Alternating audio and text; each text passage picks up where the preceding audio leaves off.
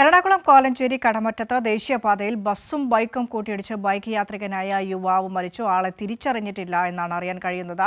KM Umesh എറണാകുളത്ത് നിന്ന് ചേരുന്നുണ്ട്. ഉമേഷ്, എപ്പോഴായിരുന്നു ഈ അപകടം? മഴയാണോ പ്രശ്നം?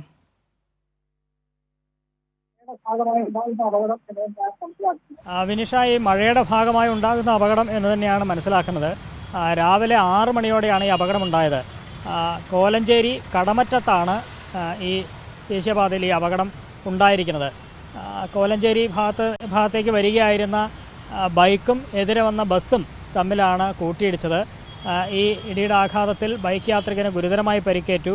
ഇയാളെ ആശുപത്രിയിലേക്ക് എത്തിച്ചെങ്കിലും മരണം സംഭവിക്കുകയായിരുന്നു. മരിച്ചയാളെ തിരിച്ചറിഞ്ഞിട്ടില്ല. 30 വയസ്സിൽ താഴെ മാത്രം പ്രായമുള്ള ഒരാൾ എന്നുള്ളതാണ് പോലീസിൽ നിന്ന് ലഭിക്കുന്ന വിവരം.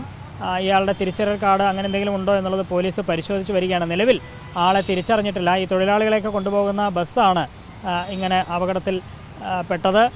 ഈ ഇടിയുടെ ആഘാതത്തിൽ തൊട്ടടുത്ത് തന്നെയുള്ള വൈദ്യുതി പോസ്റ്റ് മറിഞ്ഞു വീണിട്ടുണ്ട്. ഈ റോഡിൻ്റെ സൈഡിലുള്ള ഒരു വീടിൻ്റെ മതിലും ഇടിച്ചിട്ടുണ്ട്. ഏതായാലും ബൈക്ക് യാത്രികനുടെ മരണം സംഭവിച്ചു എന്നുള്ളതാണ്. ഇതോടൊപ്പം ചേർത്ത് പറയേണ്ട മറ്റൊന്ന്, ഈ പനമ്പള്ളി നഗറിലും സമാനമായ ഒരു അപകടം ഉണ്ടായിട്ടുണ്ട്.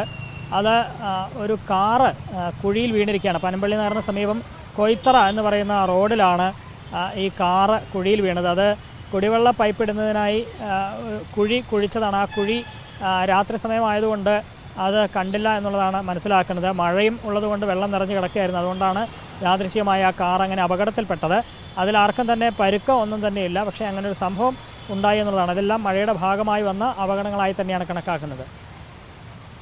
ശരി, KM ഉമേഷാണ് ഇന്ന് കൊച്ചിയിൽ സംഭവിച്ച 2 അപകട വാർത്തകളുടെ വിശദാംശങ്ങൾ പങ്കുവച്ചത്.